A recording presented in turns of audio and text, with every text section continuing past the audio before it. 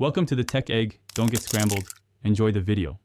In this video, I will explain how to play mobile games on Mac. The primary method for Android games involves using an emulator, which creates a virtual Android environment on your computer.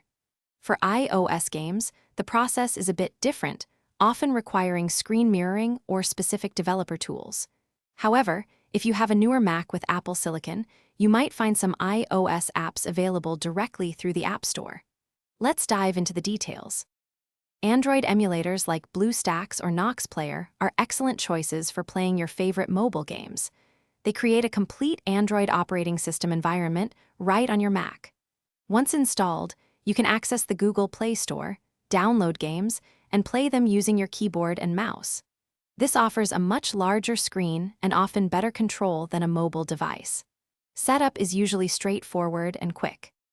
Hey everyone, if you're finding this guide helpful, please hit that like button and subscribe for more useful tips.